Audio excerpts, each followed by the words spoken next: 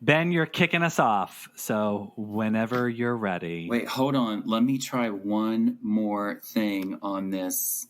Determined to get the Blonde Ambition headset to work. Oh, this is so annoying. Like everything is in disarray from the moves. So it must be the Tanqueray, about to go astray. My stringer tank is in the way. Yeah, I don't know. Yeah, seriously. Okay, I'm ready. Let me get it together here. Can we get together? All right. Ooh, you got me just so crazy over you. We love the Madonna. We love the Madonna. We love the Madonna. We love the Madonna. You're listening to MLVC, the Madonna Podcast, your place for all things Madonna Louise Veronica Ciccone. Hey everybody, it's Ben. And hey everybody, it's Liberty. I know. There's no quote, Liberty? Well, I had one, but I was it didn't come together. Well, let's start again. No, just pick it up say from here. It's fine. Okay. Yeah. Sway in room as the music starts. Hey everybody, it's Liberty. Well, not the right movie. I thought you were going to give us a Nothing Really Matters or something. True. That's right. Hey everybody, it's Stefan. Thanks for joining us for another episode of MLVC. We are continuing our Madonna Summer Movie Series with Madonna's second studio movie in the 80s, Shanghai Surprise. I know everybody out there was asking and begging and pleading. They were wanting and needing and waiting for this episode. Well, here it is, kids.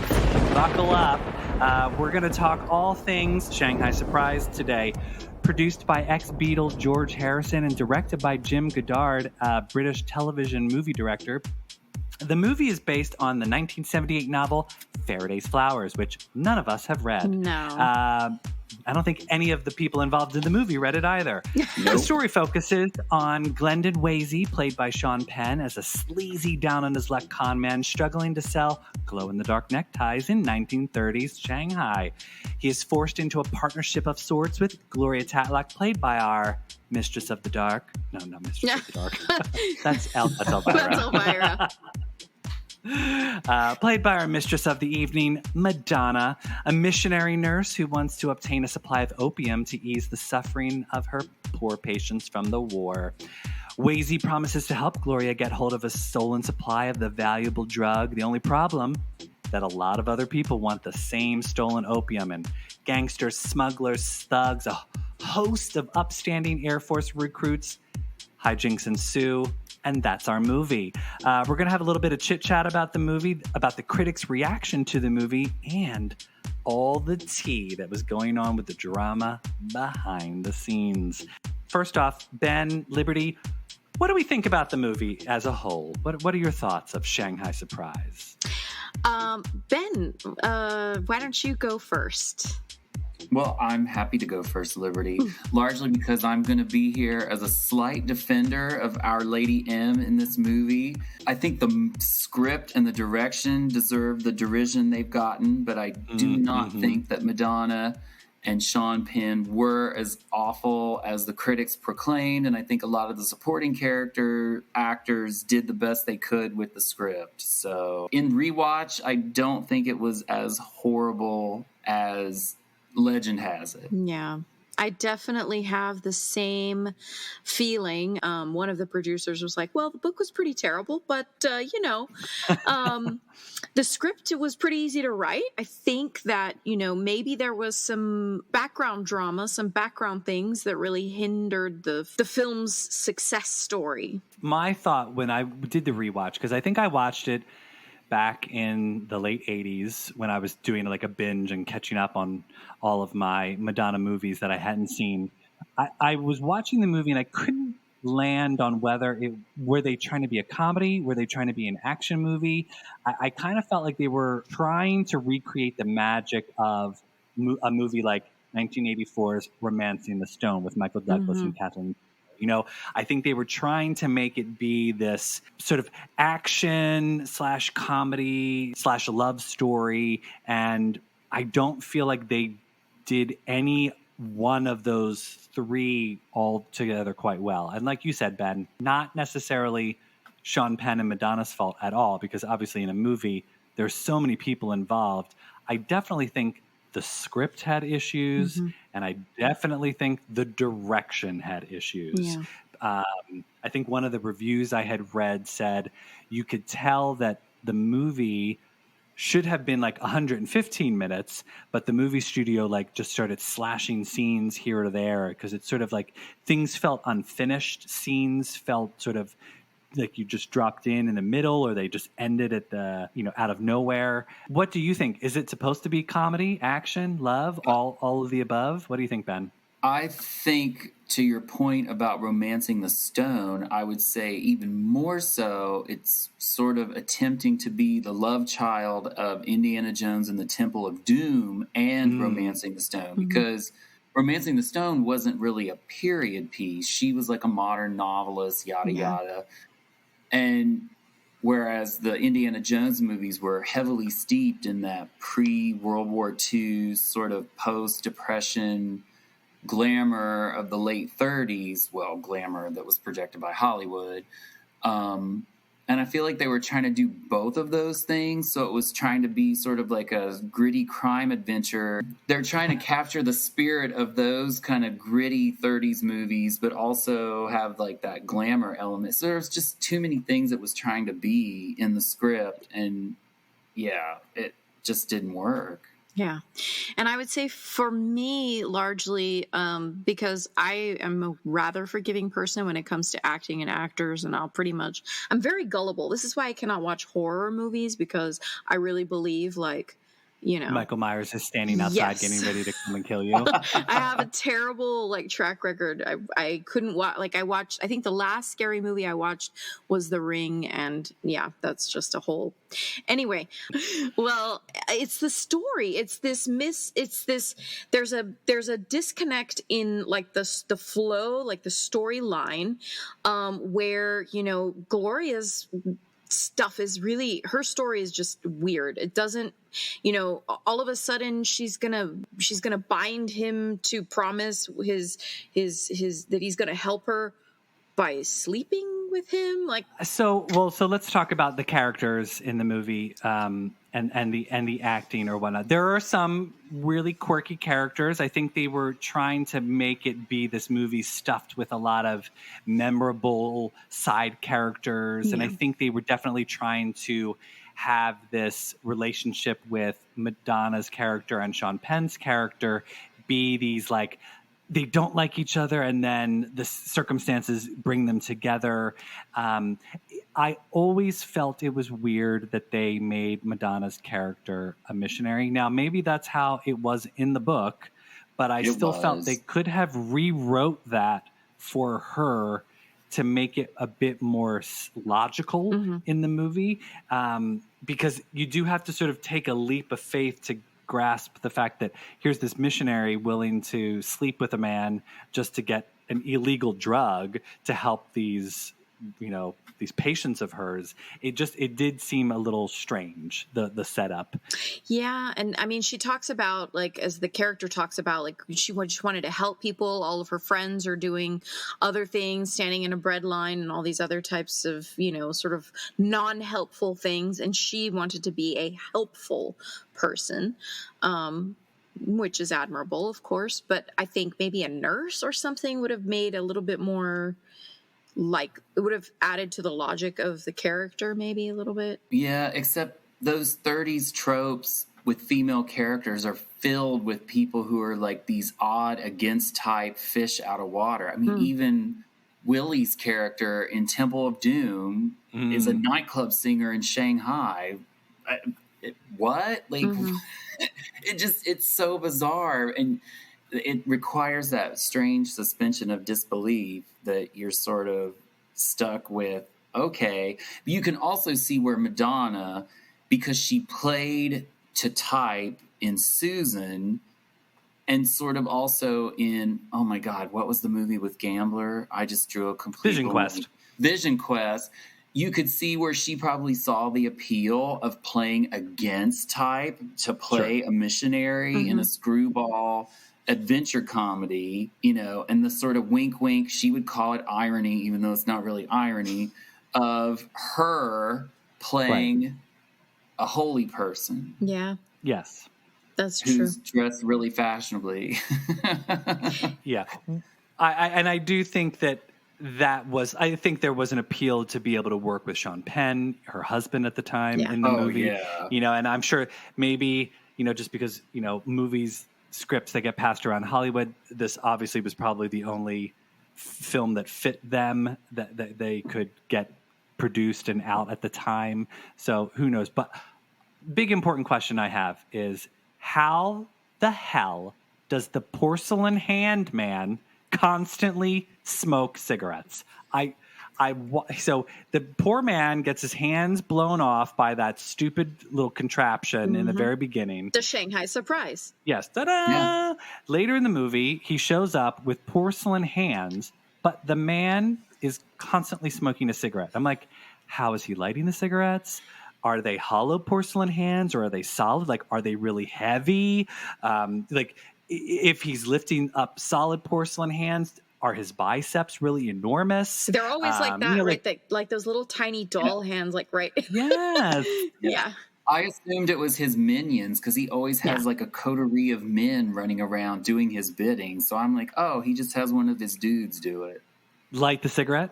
Yeah. Yeah, of course. Yeah, it was very strange. Like, 'cause, you know, he's like always smoking and it's always just like delicately held in his hand. And I was like, I just wanted more of him, you know, like I felt like we see him in the beginning and then like he doesn't pop up until like the last 20 minutes of the movie. To the point where you're like, oh, that guy, right? I forgot. When he I was comes like, back to crush his hands in the taxi cab, you're just like, why is this scene weirdly homoerotic? Like, it's so bizarre. I'm like, what kink is going on here?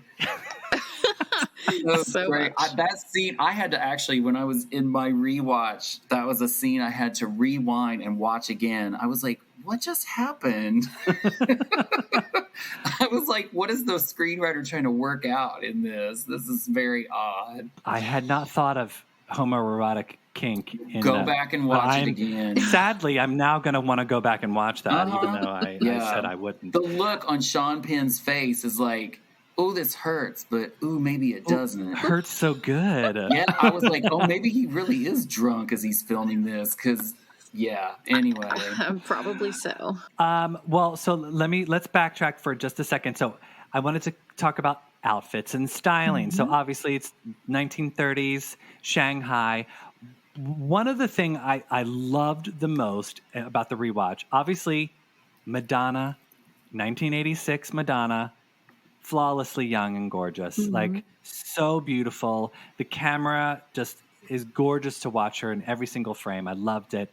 And I thought every time you'd see her that there were so many hairstyles that I was like, only 4 years later, Breathless Mahoney is going to walk into our lives and wear some of these same hairstyles. I just thought she looked gorgeous, and I thought her styling was wonderful. What did you think of Gloria Tatlock? Oh, I'll just say, I mean, it's a look that so suits Madonna. Is this sort of classic Hollywood, Veronica Lake wave. I mean, of course, she has to have a high collar and, sort of be covered up, but she's super cute in all those little outfits.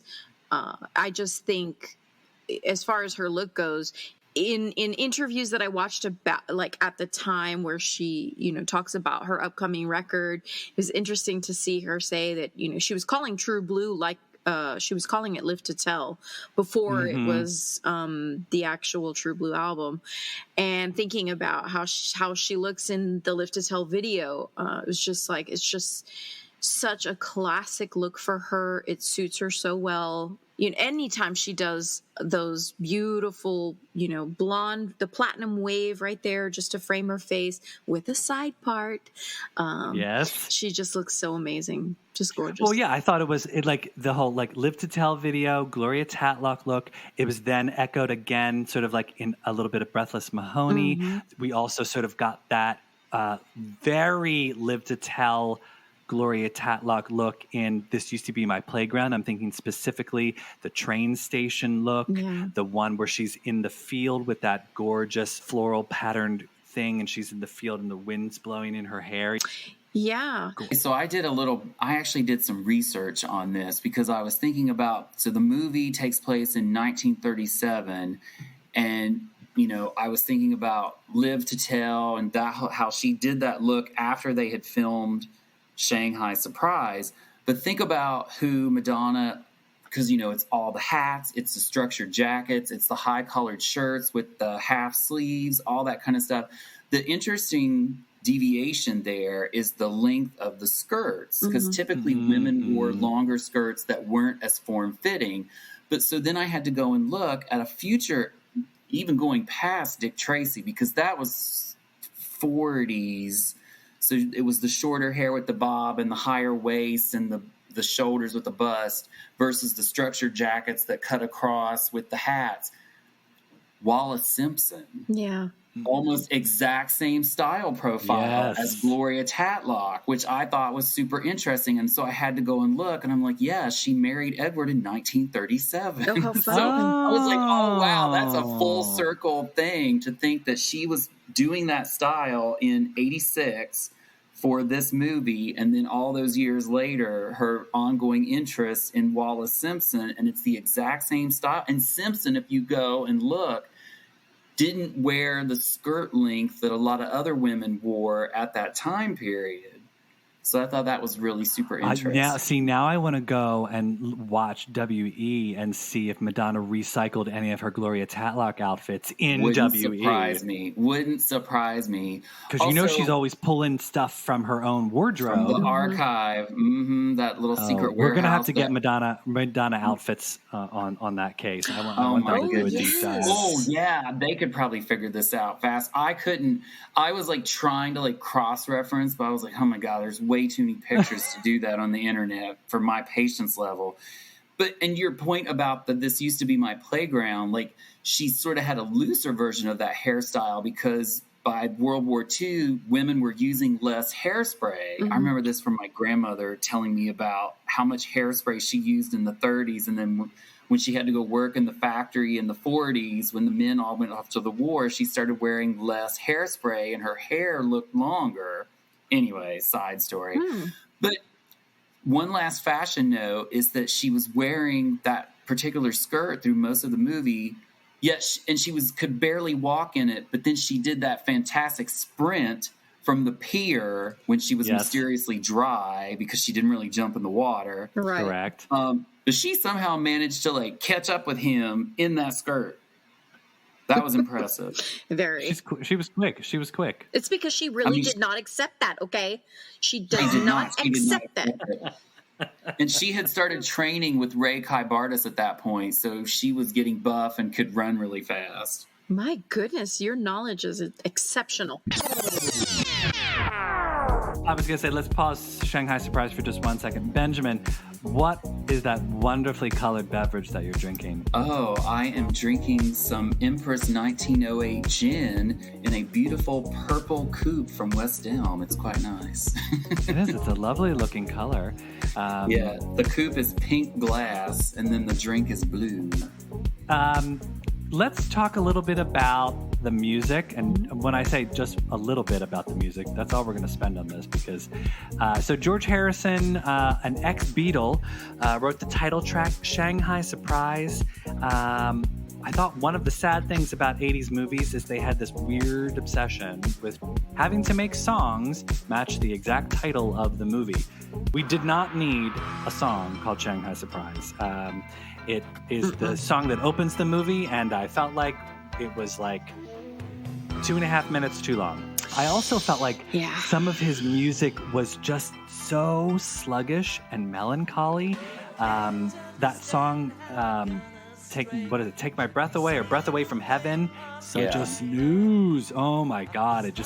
His music just brought down the energy of the movie. And I was like, in my head, I'm thinking, there needs to be a Madonna fan out there who can like strip away his music, re-edit the movie so it's a little bit quicker paced, and like re-score the thing, and I guarantee you it would be much better. I mean, I really feel like the story is not the worst story. It has adventurous elements. And I kept thinking like, okay, let's just say that for some strange reason, they want to remake the movie for today. A new script would change everything, but the music 100% would make it upbeat. And no disrespect to George Harrison. I absolutely love the Beatles, and I love Got My Mind Set on You, which is 1 year post Shanghai Surprise. That song is a huge hit, but there's just no life in those songs. It's kind of like, it's like phoning it in a little bit. But then again, George Harrison was never the sort of, magnetic personality or magnetic character that, let's say, John or Paul was, as far as the Beatles go. But that was the hit single, Got My Mind Set on You, which was a cover song. But he put several of the songs that he wrote for Shanghai Surprise on that album and like completely re-recorded them in different ways. That's interesting. So he saw something there, but yeah, I'm with Stefan. Like the way they were orchestrated in the film, it was they were plodding. Yeah, and they just kept replaying them over and over and over again. And I felt like every time I heard it, it was like, oh, here we go again. And I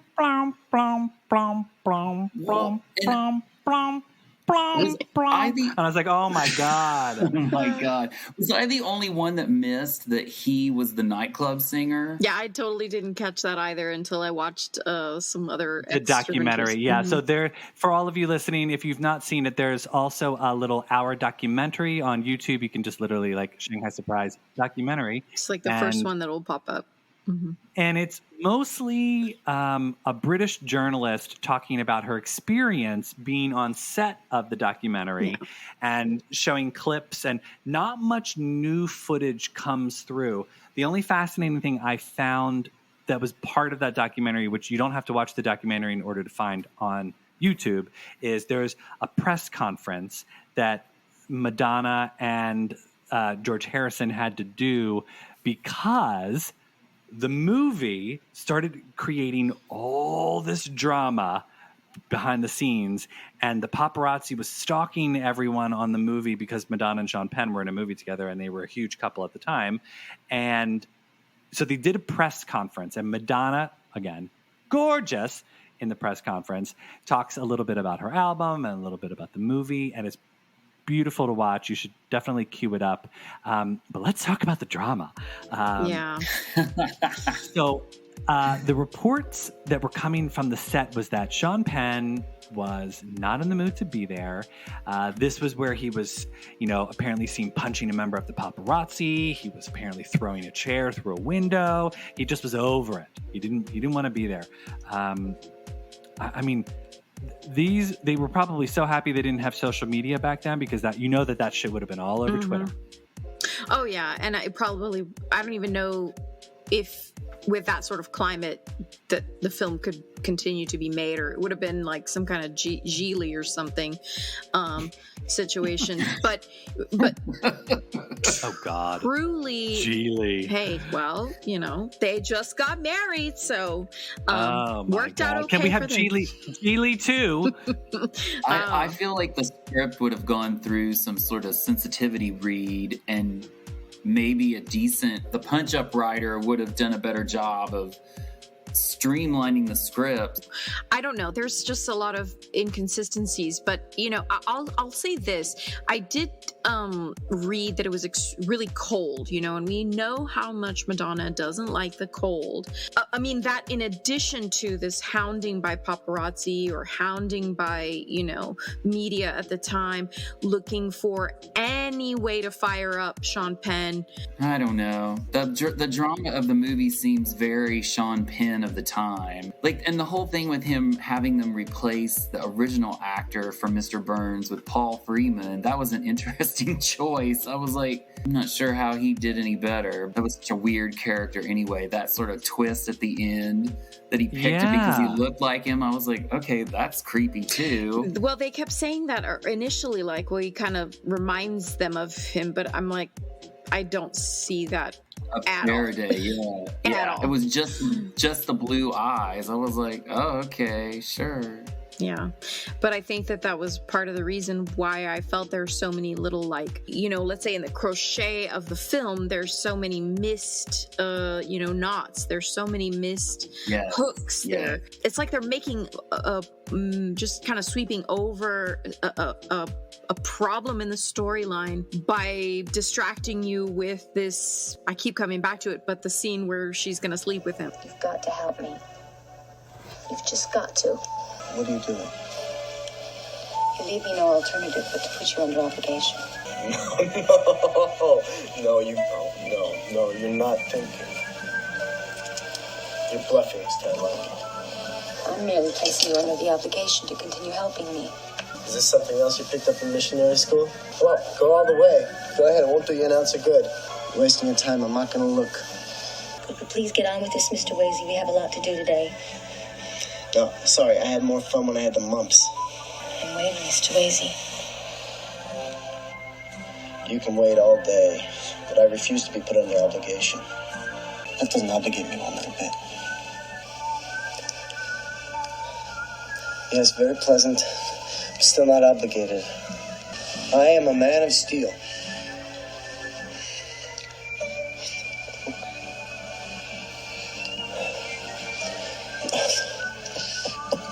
What did you say, Mr. Wasey? I can't hear you.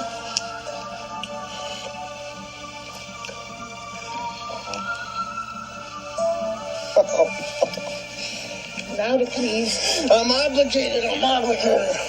I think part of the problem with the script was that they weren't holding any tension with anything. So correct. None of the characters knew what was happening, but neither did the audience. Right. And I think sometimes in successful stories with movies is when the audience knows something that the characters don't. So, for instance, we were just talking about horror movies. When Michael Myers is in the room and you know it, and Jamie Lee doesn't know that he just sat up and he's coming to get her, the whole audience is on their edge of their seat because Michael Myers is just about to get Jamie Lee, and you're like, turn around, Jamie Lee, turn around. Yeah. Madonna should have been in the dark with what's going on with Faraday's flowers. But the audience should have known Mr. Burns is actually pulling the strings, because that would have then created a really great tension of oh God, she doesn't know. There just should have been that sort of element to it. And I think it would have been far more fun. I think the script writer was trying to be in the last 5 seconds of the movie being dun, dun, dun. A big twist. Yeah. Oh, that just reminded me of something. So speaking of Madonna and her character and her role and her performance, another thing that threw me in the rewatch that I had totally forgotten from the original was that, we were talking earlier about her playing sort of against type, right? She's playing this missionary.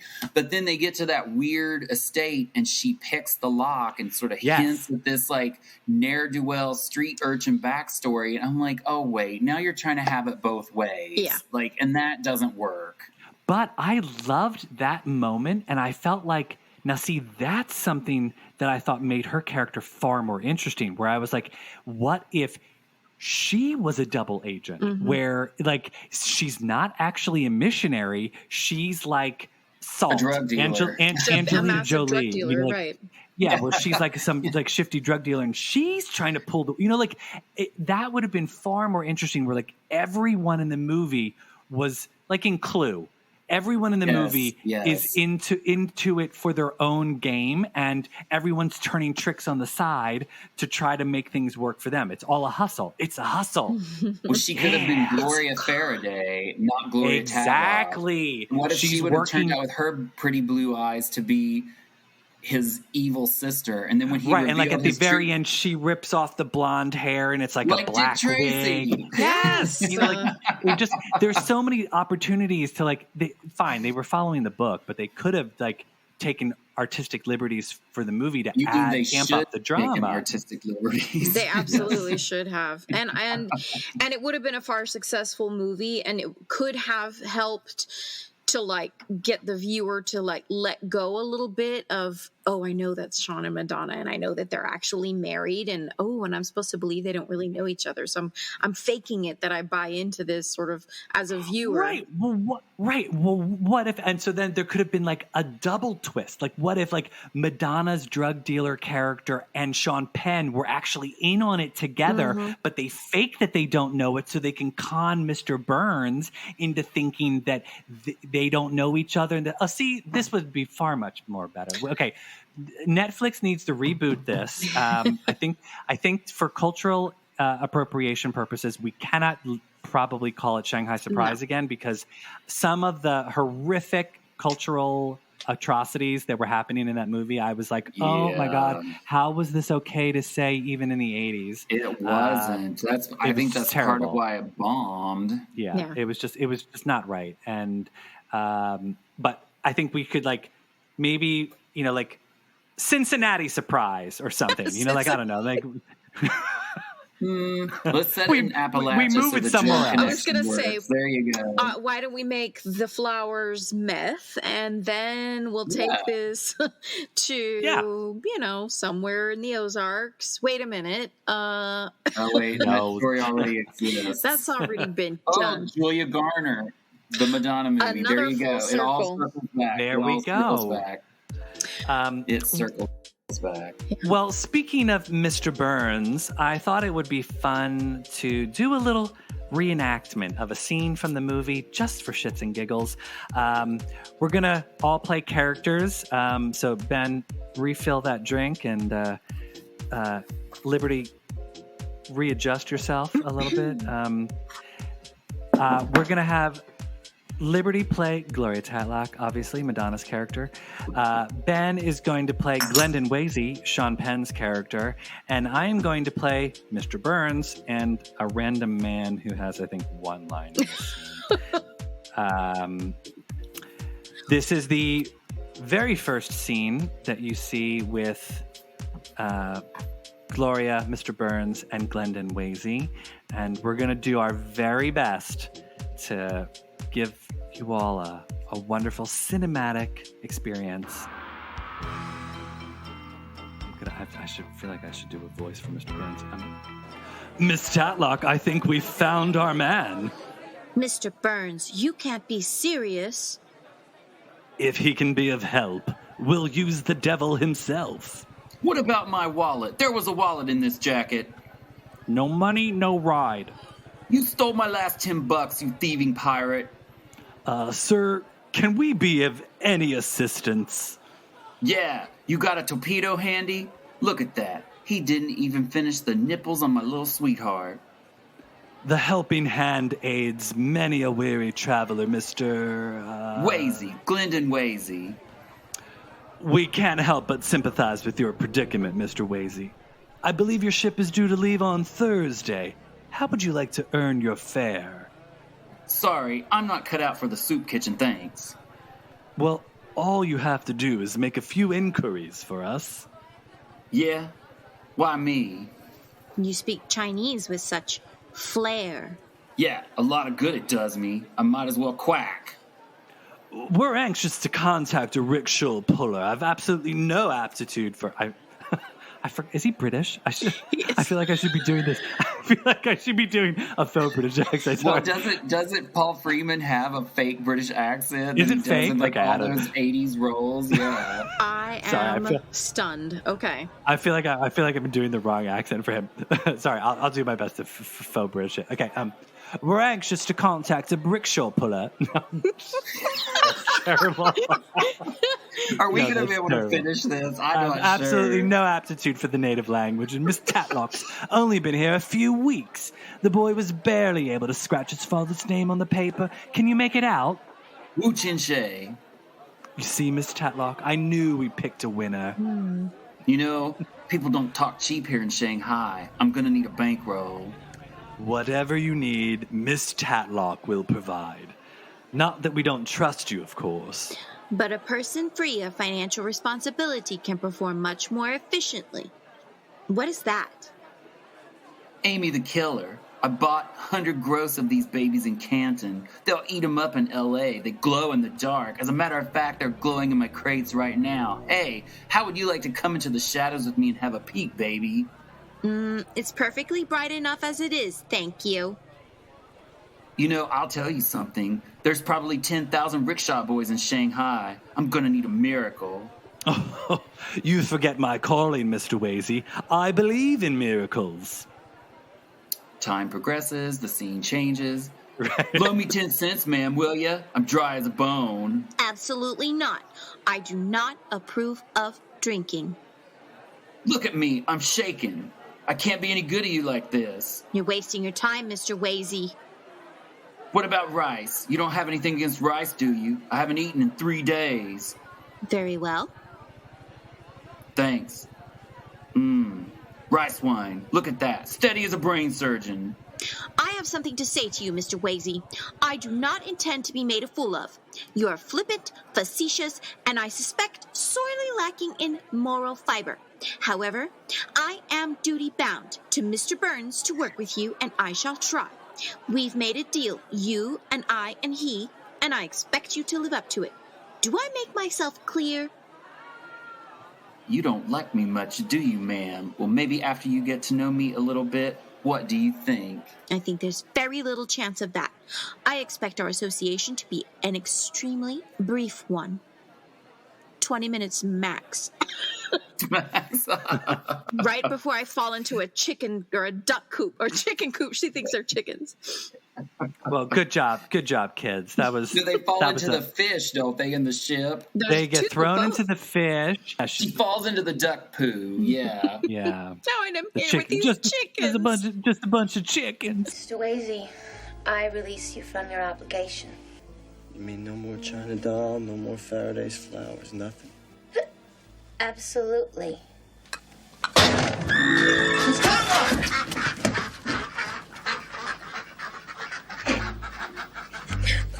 Not funny. Well, this isn't going to do much for my reputation. Most girls would reach for a cigarette, one or two have left in a huff. But nobody's ever jumped out the window before. You know, I could have stayed home in Brookline, Massachusetts and married a nice Ivy League banker. Why didn't you? Well, for the whole country standing in a bread line, and I just wanted to do something useful. Look how I wind up with a bunch of chickens. My Mr. Burns was all over the place. I started one way, and it was totally worth it. He was transitioning through the whole thing. I was expecting the Mr. Simpson, the Simpsons Mr. Burns. Well, Bart. Yeah. That actually would have been really funny. That would have been funny. Good Mr. Burns. Well, everyone, that is our show for today. Thank you. That's Gloria Tatlock signing off here from Shanghai. Thanks for joining us on the journey back in time to Madonna's Shanghai Surprise movie. We hope you were surprised at how much we learned watching the film. And next month, we'll be taking a look at the last of her trio of 80s movies with the wacky and wonderful Who's That Girl?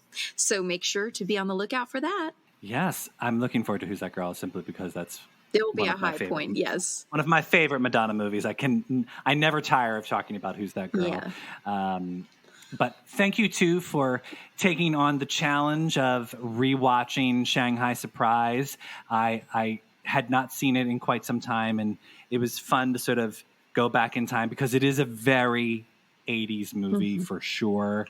But it's always good to see young Madonna and see where she started from. And it's a shame that she didn't have a better script to work with, because as a result of Shanghai Surprise, obviously that's where she then got the unshakable reputation of not being a good actress, which is a shame because Madonna can act. I think it just depends on the director and the script and the project, as it does with many actors. Final thoughts on Shanghai Surprise, Ben? Not as bad as the legend would lead you to believe, but watch it for the camp. Yeah. Liberty, Gloria? I was not surprised at at any of the film, but I would say I was surprised that it wasn't as bad as I remembered. The first time I ever watched it was in the early 2000s when someone gave me the DVD, which I'd never seen the film before. I think because it just wasn't.